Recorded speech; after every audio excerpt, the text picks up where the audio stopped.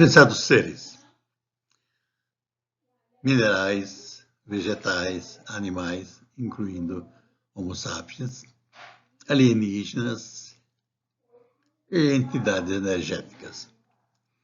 Todos que possam se aproveitar dessas informações que eu vou providenciar agora, descrevendo como fazer construção de cenários. Meu nome é Ferruccio Billet e eu vou apresentar construção de cenários.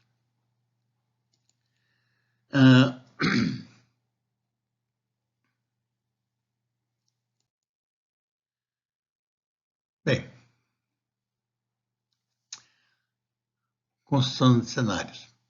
A técnica de construção de cenários foi desenvolvida por Hermann Kahn em 1965 e empregada em várias situações. Em planejamento urbano, planejamento de transporte, etc. E consiste em libertar-se do que se está acostumado e com uma forte dose de criatividade, inventar situações hipotéticas plausíveis nas quais um ou mais dos problemas existentes ou previstos dos sistemas sejam resolvidos, eliminados ou ultrapassados. Associadas a essas situações idealizadas do sistema, são também criados objetivos que irão transformar o sistema atual no sistema idealizado.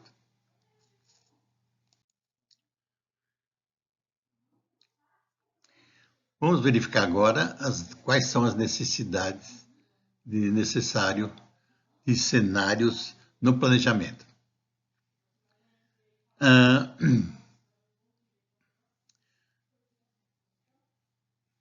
Em outra situação, já mencionamos brevemente sobre o Clube de Roma. O Clube de Roma era um clube de mais ou menos uns 100 pessoas que eram expoentes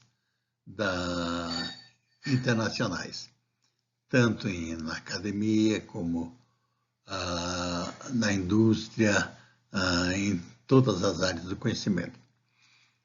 E eles se juntaram para discutir o futuro da humanidade. Então, a idealização em cenários alternativos foi algo que começou a ser discutido por Hassan Osbekan. Limits to Growth foi um livro que foi escrito por Dan Smith e a equipe do MIT, contratado pelo Clube de Roma e pago com dinheiro da Volkswagen Foundation, que é justamente para analisar o futuro da humanidade calcado em cima de cenários. Esse modelo aqui de Limits to Growth era um modelo único, era uma simulação, mas um modelo único, e teve muitas críticas, né? Então, porque ele já previa que o mundo se acabava no ano 2000. Isso aqui foi publicado em 1968, e o mundo se acabava no ano 2000, com uma poluição enorme, a população enorme, falta de recursos naturais, falta de água, falta de tudo.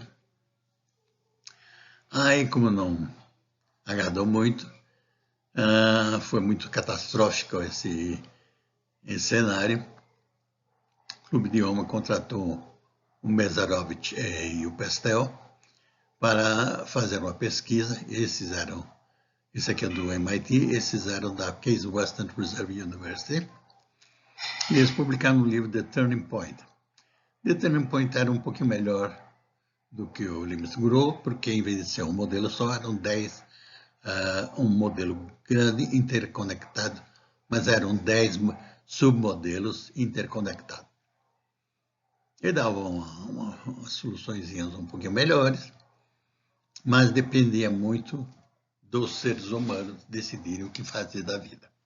Tá certo? Bem, quais são os tipos de planejamento que tem? Nós podemos chamar de normativo, primeiro nível, que é de valores, ou planejamento de valores, ou planejamento axiológico, ou planejamento do Billet. Fui eu que inventei essa história de fazer esse planejamento aqui de valores.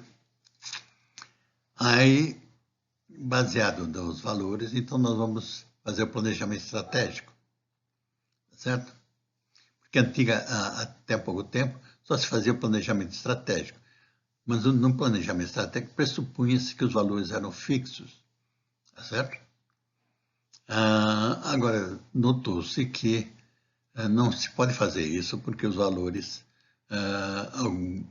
muitos dos problemas que a gente tem na realidade, tem que se mudar os valores para resolvê-los. Por isso que a gente tem que fazer planejamento de valores, ou axiológico, ou planejamento do Billet.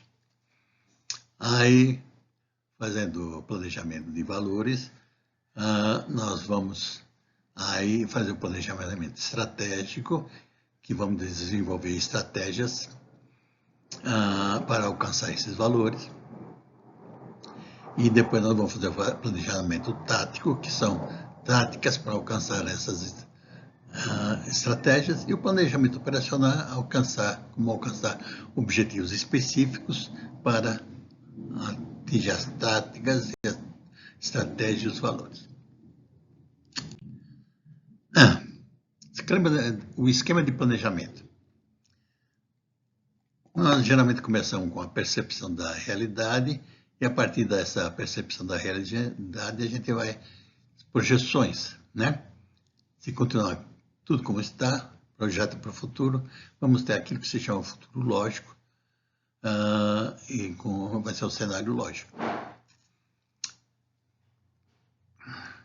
E, geralmente, esse cenário lógico aqui, o futuro lógico, não é satisfatório. Então, por isso que a gente faz idealizações para poder ter futuros alternativos e cenários alternativos.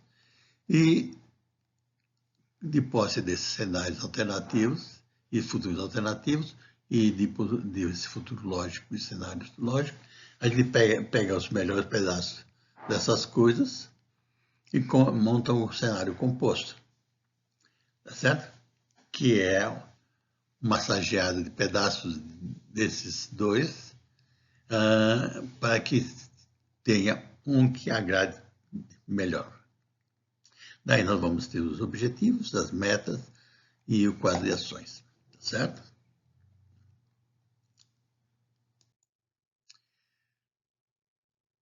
Quais são as etapas iniciais do planejamento?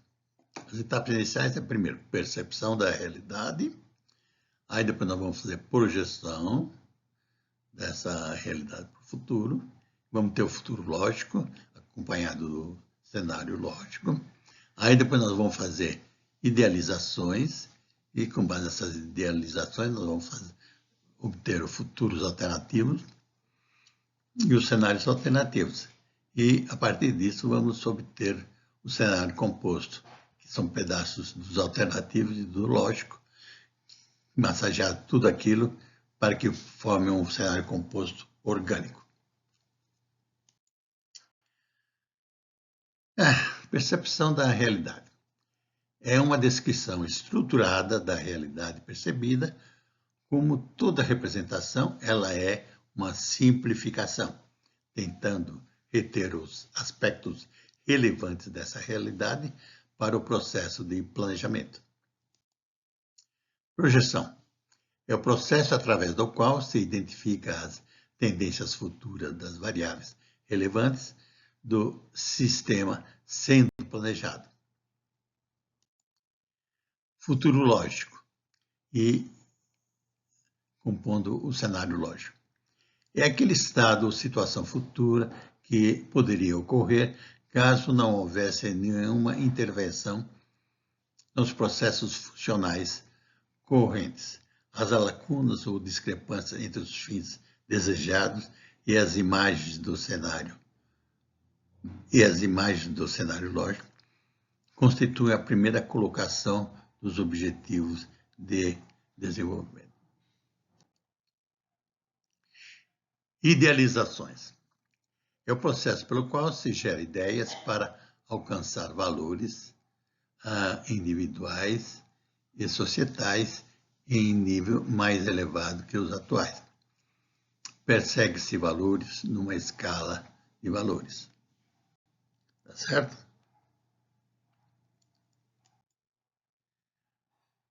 Futuros alternativos e os cenários alternativos. É a etapa que mais exige criatividade dos planejadores. A principal dificuldade reside no fato de que as habilidades técnicas exigidas para essa tarefa são muito diferentes daquelas para as quais o planejador é tradicionalmente treinado, ou seja, análise estatísticas, projeções, simulações, etc. Confecção de cenários futuros. A técnica de confecção de cenários futuros é a mais promissora para identificar futuros alternativos. Quanto maior o número e mais diversos os temas centrais desses cenários, mais rico será o processo desenhado e mais esclarecedor o debate e a pesquisa que se seguirem.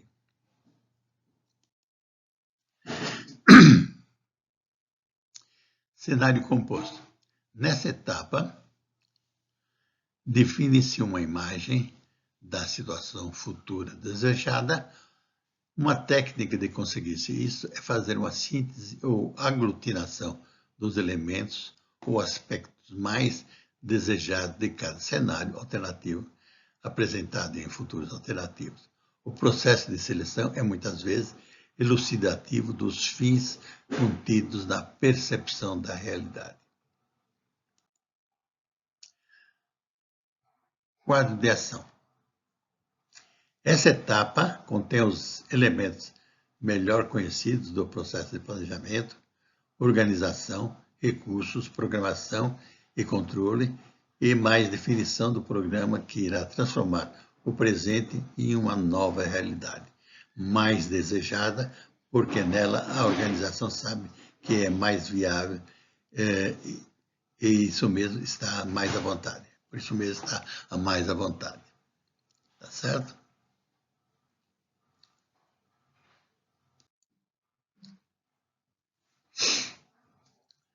Vamos discutir aqui rapidamente alguns cenários mais específicos.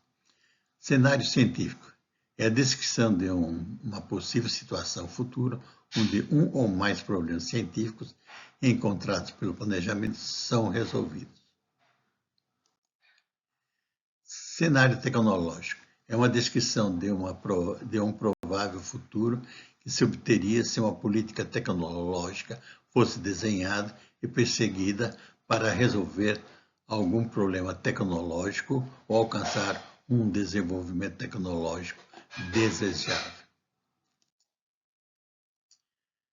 Cenário sistêmico é a descrição do futuro mais provável que se obteria se desenhasse um conjunto de políticas econômicas, sociais, culturais, científicas e tecnológicas para serem implementadas, formando um sistema coerente desejado no futuro. Tá certo? Vou parar aqui no momento para pedir para os espectadores que coloquem depois o seu gostei ou não gostei, mas principalmente que botem as suas críticas e sugestões, que isso é que o mais me facilita para melhorar essas apresentações, incorporar novas ideias e também divulgue com todos os que vocês quiserem E não se esqueça também de se inscrever no meu canal, tá certo? Eu agradeço desde já a atenção de vocês.